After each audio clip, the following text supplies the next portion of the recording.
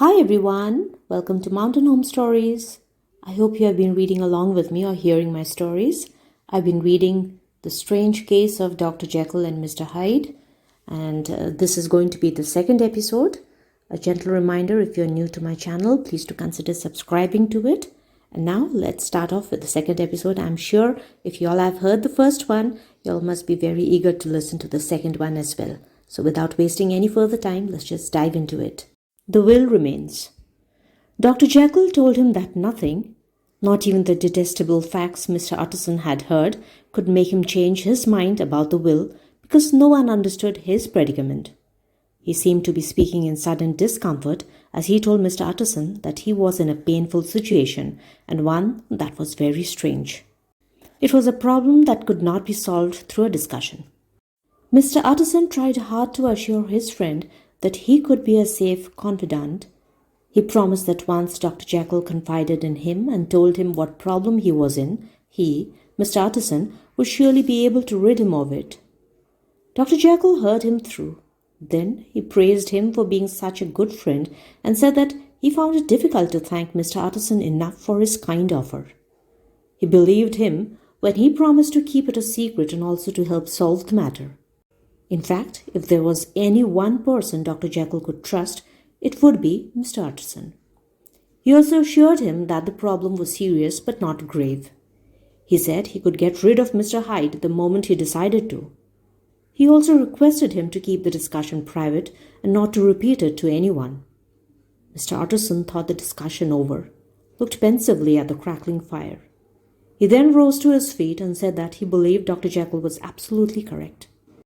Dr. Jekyll said he hoped that would be the last time that the two friends spoke on the matter. There was just one more point he wanted to add. He had reason to be interested in Mr. Hyde, who had told Dr. Jekyll that he had met Mr. Utterson. He was sorry that Mr. Hyde had been rude to his friend, but hoped Mr. Utterson would understand that he was extremely concerned about Mr. Hyde. So, if indeed Dr. Jekyll was taken away, he wanted Mr. Utterson to promise him that he would, as a lawyer, not judge Mr. Hyde and would get him what he deserved according to the will. The reason for that, he said, was that he believed if Mr. Utterson knew the whole truth, he would overlook certain matters. It would also be a load off Dr. Jekyll's chest.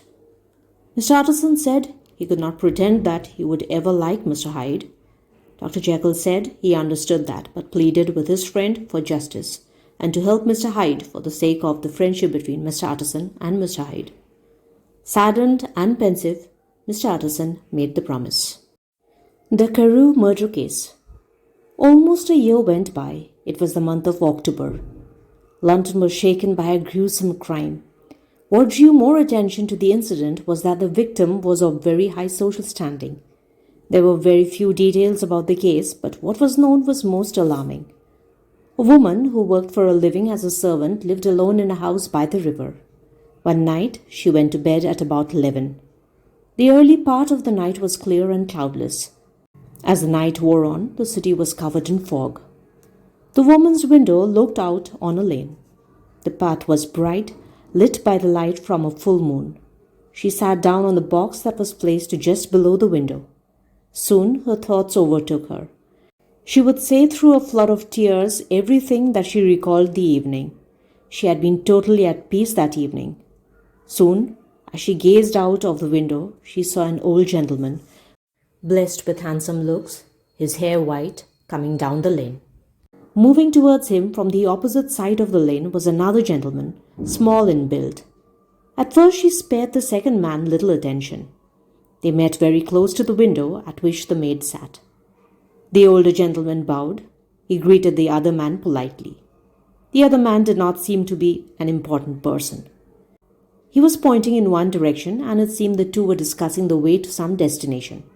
If you recall, the moon was bright that night, and the girl watched the light play on both their faces.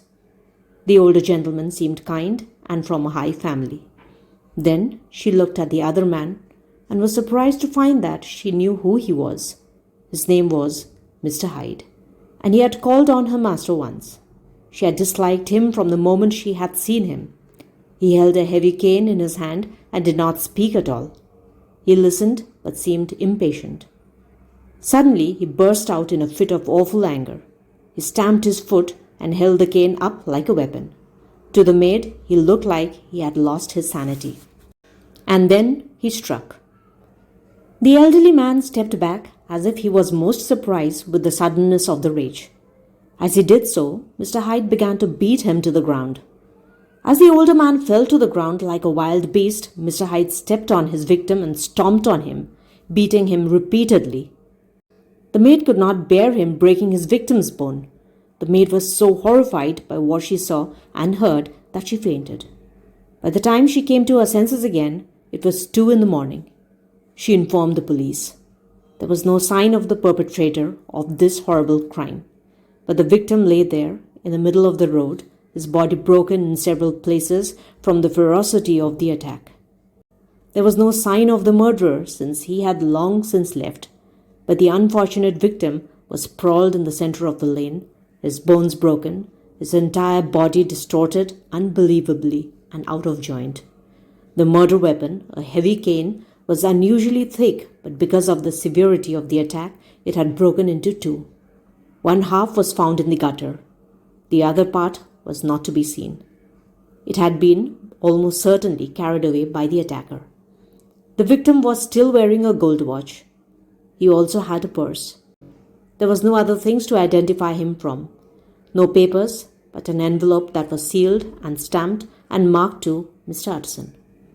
The victim had probably been going to post the letter. A letter for Utterson. The letter was handed over to Mr. Utterson early the next morning, even before he could get out of bed. As soon as he was told the background of the letter and shown it, he announced that he would not touch it till he had seen the body, since the matter could be extremely grave. He requested the bearer of the letter to give him time to get ready. He rushed through a hurried breakfast and then went to the police station to see the body. He had no trouble in recognizing the body. He identified the murder victim as Sir Danvers Carew. The policeman was incredulous. He said he believed this was an important case that would draw a lot of attention. He also hoped that Mr. Utterson would be able to lead the investigators to the criminal. To help him identify the murderer, he shared with him the account of the maid and also showed him the bit of the murder weapon that had been picked up from the gutter. Just the mention of Mr. Hyde made Mr. Utterson draw back in horror.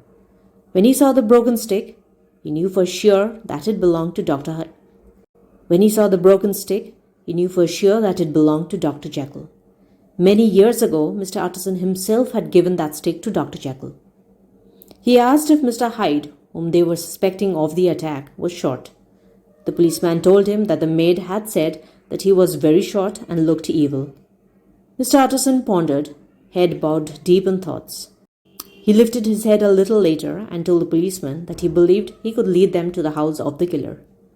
It was 9 a.m. and London was covered with fog, the first that winter.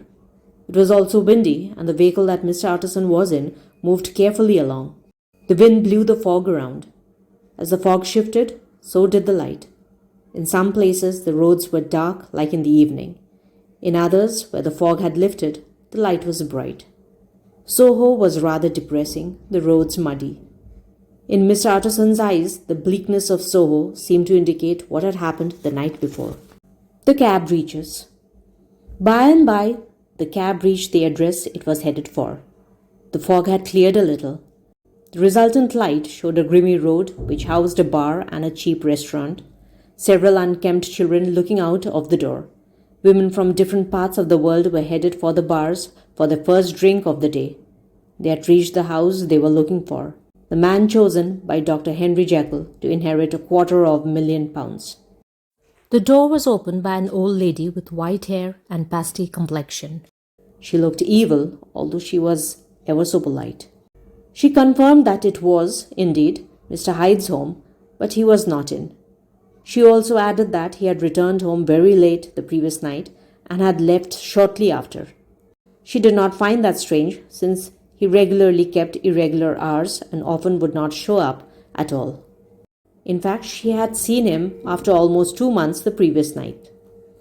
The lawyer asked to check his room, but the landlady told them that would not be possible. The lawyer introduced the other man with him as Inspector Newcomen of Scotland Yard. Once she heard that, the woman looked overjoyed that Mr. Hyde was in trouble. She asked them what he had done. The lawyer and the policeman looked at each other. The inspector said that Mr. Hyde did not seem to be popular among his neighbors. They requested the woman once again to let them snoop around his premises. The house was empty, except for the old woman who had answered the door. Only 1 or 2 rooms were being used, and they were done up with costly furnishings and decorated tastefully. They found a cabinet of wine. The crockery was of silver, and the walls were hung with tastefully done paintings. These seemed to be gifts from the very elegant Dr. Jekyll, who, the lawyer knew, was a man of excellent taste. The carpets were thick, and their colors were pleasant and befitting the room they were arranged. Yet, the rooms did not look neat. It was apparent that they had been ransacked very recently. The floor was strewn with clothes, and the pockets had been turned inside out. Drawers had been pulled open and lay that way. The hearth was full of grey ashes that looked suspiciously like burnt paper. The inspector poked around the ash and drew out a piece that had once belonged to a green checkbook. The book had withstood being burned. When they looked behind the door, they found the remainder of the stick that had been used to clobber the victim to death. This proved what the 2 men had gone to the house for, that Mr. Hyde was the killer. The inspector was very happy with the search. From the house, the duo went to the bank and checked the account. They found that thousands of pounds had been credited to Mr. Hyde's account. This was more proof that they had been hoping for. The inspector assured Mr. Utterson that he had nailed the culprit. He also believed that the man was not in a healthy state of mind because he had taken several strange decisions. One was to leave the stick in the house. The second was to burn the checkbook since he needed the money. They decided to wait for the man at the bank, since he would certainly turn up there to withdraw money. But this was not to be. For weeks, they could not spot Hyde. It would be difficult to trace him, since very few people knew what Mr. Hyde looked like. There was no word about his family, and he had never been photographed, at least as far as the police knew. The few people who had seen him gave conflicting descriptions of him. The only fact that they all agreed upon was that Mr. Hyde had some kind of physical oddity. Incident of the letter. Late one afternoon, Mr. Utterson reached Dr. Jekyll's house. Mr. Poole opened the door, let him in and guided him through the house, past the kitchen and across an open patch. He was led to the building they called the laboratory. It was not Dr. Jekyll's ancestral home. Rather, he had bought it from a famous surgeon who was interested in dissections, since that helped him understand the human anatomy. Dr. Jekyll was more interested in chemical reactions, so he made the room his laboratory. Mr. Utterson had never seen these areas of the house. He was curious about the grimy room with no windows. The dimly lit room looked strange, with tables full of different apparatus used in a chemistry laboratory. There were crates lying on the floor. At one end of the room, steps led to a door covered in red. As they went through, they reached the doctor's chamber, a large room with glass. It had a study table. There were 3 windows, and they were dusty. The windows were barred with iron grills. There was a fire burning in the fireplace. On the chimney shelf was a lamp. Not far from the fireplace sat Dr. Jekyll. He looked very ill. He could not even stand up to receive his visitor. He welcomed Mr. Utterson in a voice that sounded very different from his, and his hand was cold. Mr. Poole left the room shortly after. Mr. Utterson asked Dr. Jekyll if he had heard the news. Dr. Jekyll shook with nervousness. He said he had overheard people in the square discussing the news. They were so loud he could hear them from his dining room. Mr. Utterson mentioned to Dr. Jekyll that Carew had been his client, much like Dr. Jekyll was. He hoped Dr. Jekyll had not sheltered the criminal. Dr. Jekyll was distraught. He swore he would never meet Mr. Hyde again. Their acquaintance had come to an end with the murder. He added that Mr. Hyde did not even want his help. He was sure that the murderer was safe and would never show up. The lawyer was not happy with what he was seeing and hearing. There was something unusual about his friend that day. He reminded Dr. Jekyll that for the sake of his own safety, he hoped that he was sure that he had nothing to do with Mr. Hyde. He also reminded Dr. Jekyll that if the case was tried in a court of law, Dr. Jekyll's name could be included in the trial. Dr. Jekyll says he is sure. Dr. Jekyll assured the lawyer that he was sure of what he had told him. He, however, could not tell him how he was so sure. He still requested the lawyer's advice on one aspect. He had received a letter and could not decide if he should share it with the police. He would rather hand it over to Mr. Utterson and leave it for him to decide, since he trusted the lawyer's wisdom. Mr. Utterson believed that Dr. Jekyll feared the letter could lead the police to Mr. Hyde. Dr. Jekyll said that he did not care what happened to Mr. Hyde since their relationship had ended. He was, rather, worried about his own reputation that now may become public. Mr. Utterson gave it some thought. He was surprised that Dr. Jekyll could be so selfish at a time like this, and also relieved that his friend had realized the futility of the odd friendship he had with Mr. Hyde and had decided to end it. He asked to see the letter. The handwriting on the letter was rather strange. It was signed by someone by the name of Edward Hyde. It hinted that Dr. Jekyll, who had been so generous, need not worry for his safety since he had a dependable way to escape. Mr. Utterson asked where the envelope was. Dr. Jekyll said he had been thoughtless and burnt the envelope, but he was sure that it had been delivered by hand since it did not have a postmark. Mr. Utterson asked if he could keep the letter to give it more thought. Dr. Jekyll said that he trusted his lawyer friend to take the decisions for him since he had lost confidence in his own decisions. Mr. Utterson had another question for Dr. Jekyll. He asked him if it was Mr. Hyde who had called out the clause in Dr. Jekyll's will regarding his disappearance. He believed Dr. Jekyll would faint. He could barely nod. Mr. Utterson told Dr. Jekyll that he knew it and believed that Mr. Hyde meant to murder Dr. Jekyll. In that case, Dr. Jekyll had had a narrow escape. Dr. Jekyll exclaimed that he had learnt a lesson. The realization of his experience moved him so much that he buried his face in his hands. As he was leaving, Mr. Utterson asked Poole about the letter. What did the messenger who handed it over look like? Mr. Poole was sure no letter had been handed over that day in person. All correspondence had come by mail, and the day's post was only circulars. This renewed Mr. Utterson's fears. The letter had been brought into the laboratory and had perhaps been written in the cabinet. If he was right, then he would have to be even more careful with it. A shocked city. Mr. Utterson stepped out of the house. The news vendors were trying to make the post of the tragedy and sell more copies. They were shouting out loud about the shocking murder of an MP. Mr. Utterson had just lost a friend and client, and he feared for the reputation of another. Although Mr. Utterson had never depended on anyone's advice, he now wished he could take the opinion of someone. Once home, Mr. Utterson sat by the fireplace with Mr. Guest, his head clerk. The fog had not yet lifted. The warm room was made more comfortable by a bottle of wine. Mr. Utterson had great confidence in Mr. Guest, and he confided almost everything in him. In fact, perhaps he had shared one secret too many with Mr. Guest.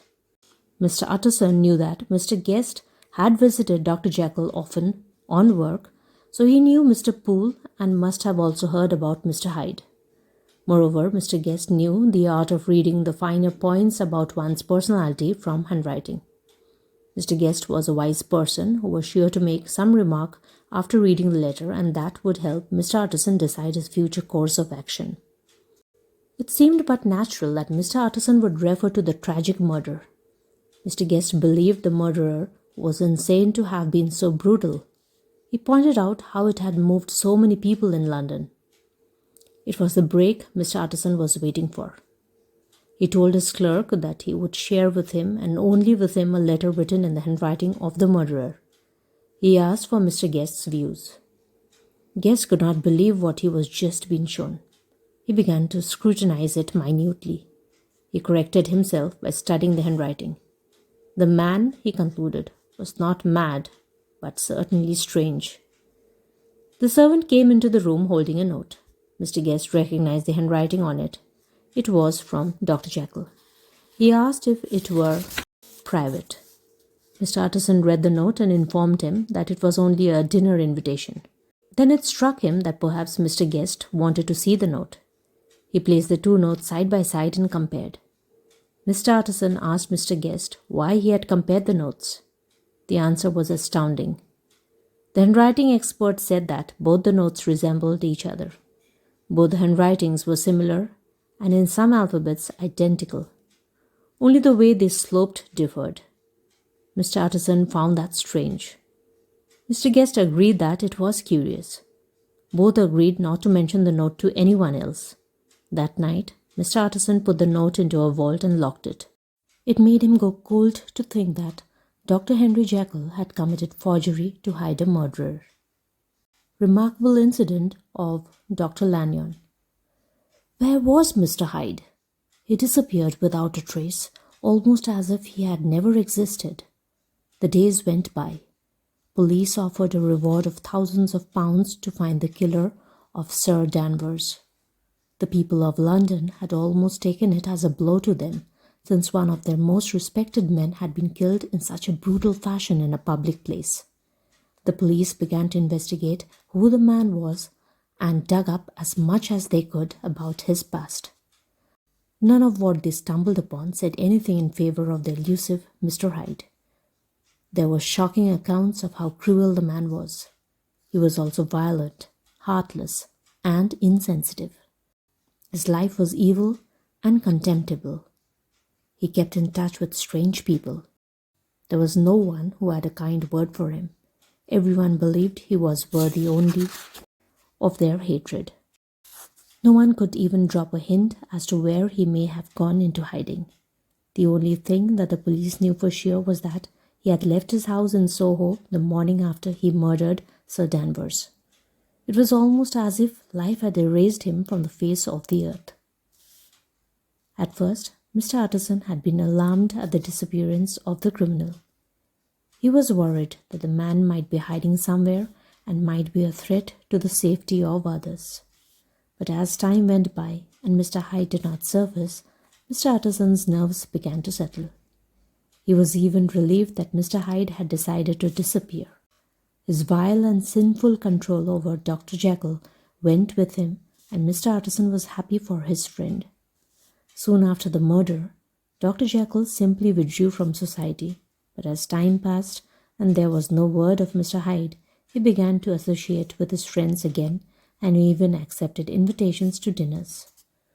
Although he had always been a kind and charitable person, he now also turned to religion. As he served others, his happiness increased and he looked good.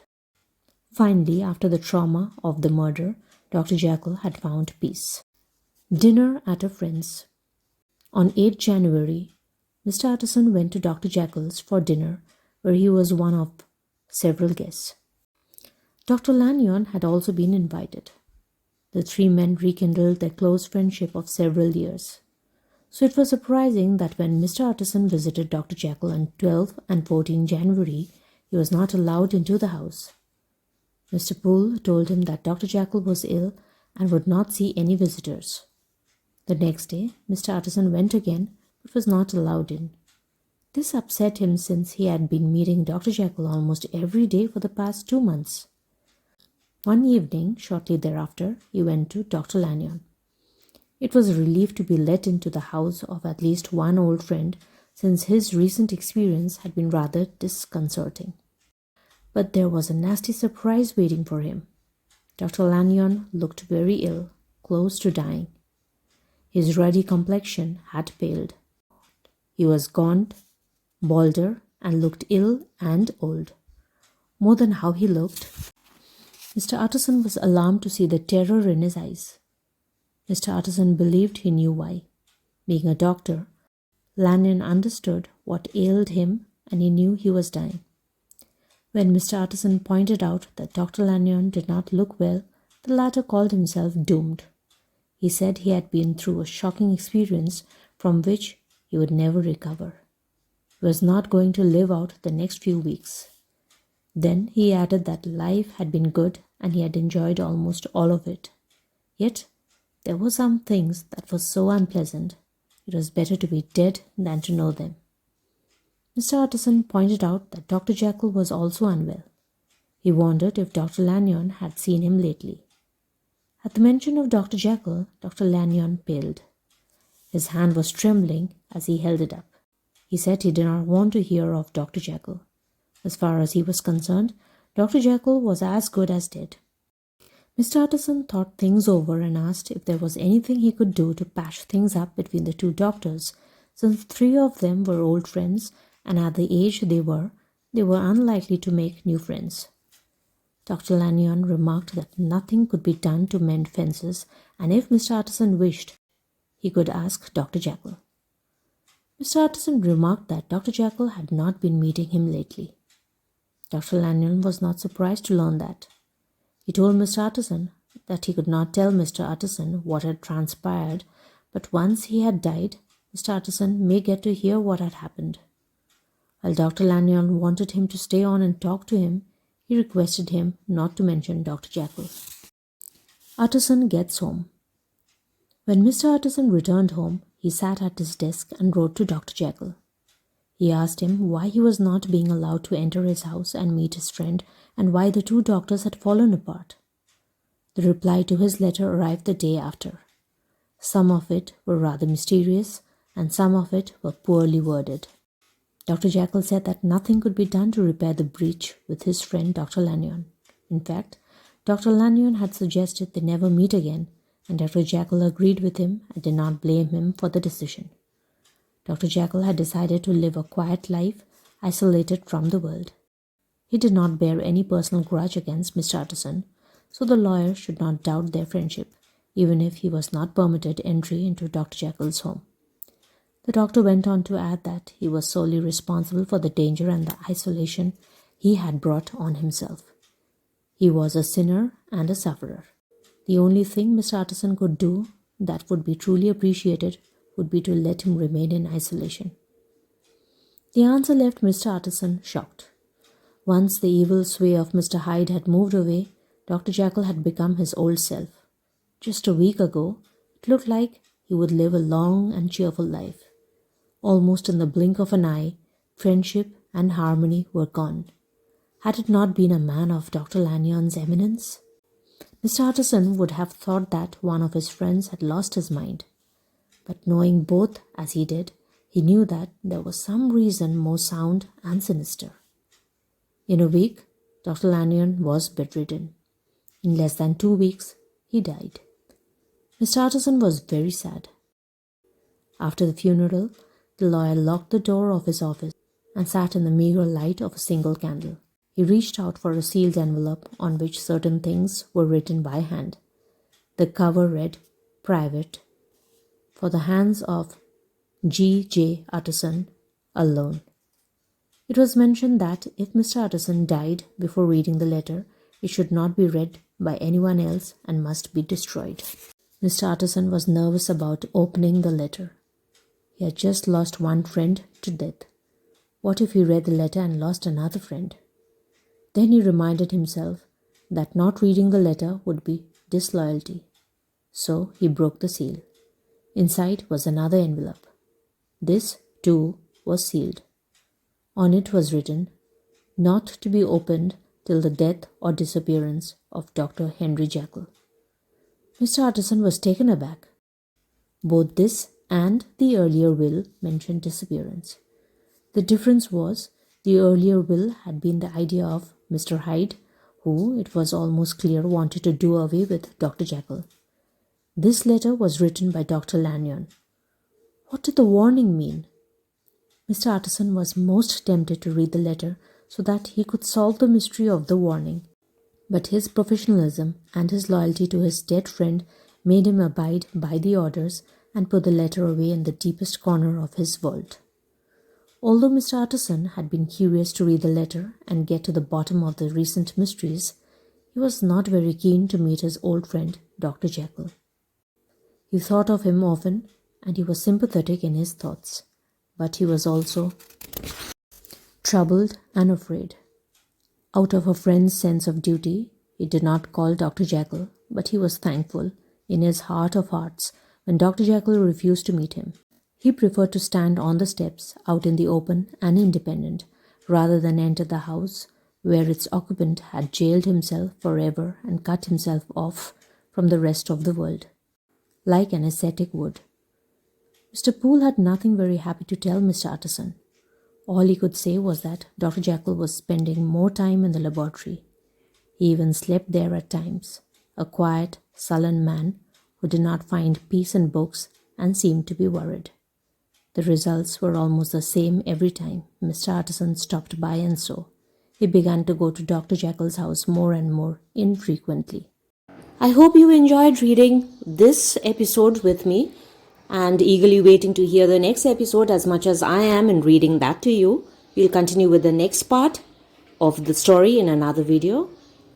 Please leave me a comment and let me know about your suggestions. Please do like and share, and of course subscribe to my channel.